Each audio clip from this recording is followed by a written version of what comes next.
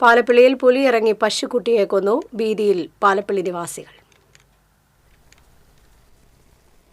തോട്ടം തൊഴിലാളികൾ താമസിക്കുന്ന പാടികൾക്ക് സമീപത്താണ് പുലി ഇറങ്ങിയത്. കൂനത്തിൽ ഹമീദിന്റെ പശുക്കുട്ടിയെയാണ് പുലി പിടികൂടിയത്. പുലർച്ചെയായിരുന്നു സംഭവം.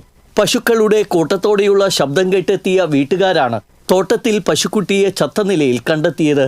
പശുക്കുട്ടിയുടെ ശരീരഭാഗങ്ങൾ പുലി ഭക്ഷിച്ച നിലയിലാണ്.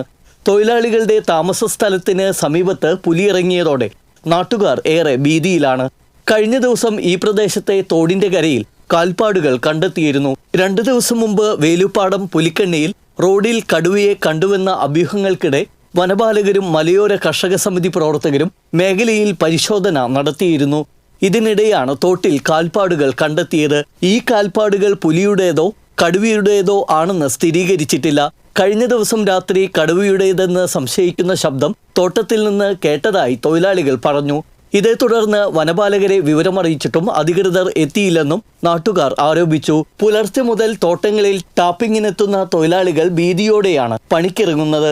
ജനവാസ മേഖലയിൽ കാട്ടാന ഉൾപ്പെടെയുള്ള വന്യമൃഗശല്യം രൂക്ഷമായിട്ടും വനപാലകർ കാര്യക്ഷമമായി ഇടപെടാത്തത് നാട്ടുകാരിൽ പ്രതിഷേധത്തിനിടയാക്കുന്നുണ്ട്. കഴിഞ്ഞ കുറച്ചു മാസങ്ങളായി പുലിയിറങ്ങി വളർത്തുമൃഗങ്ങളെ കൊന്നൊടുക്കിയിട്ടും പുലിയെ പിടികൂടുന്നതിനുള്ള കൂട് സ്ഥാപിക്കാൻ അധികൃതർ തയ്യാറാകുന്നില്ലെന്നും നാട്ടുകാർ ആരോപിച്ചു.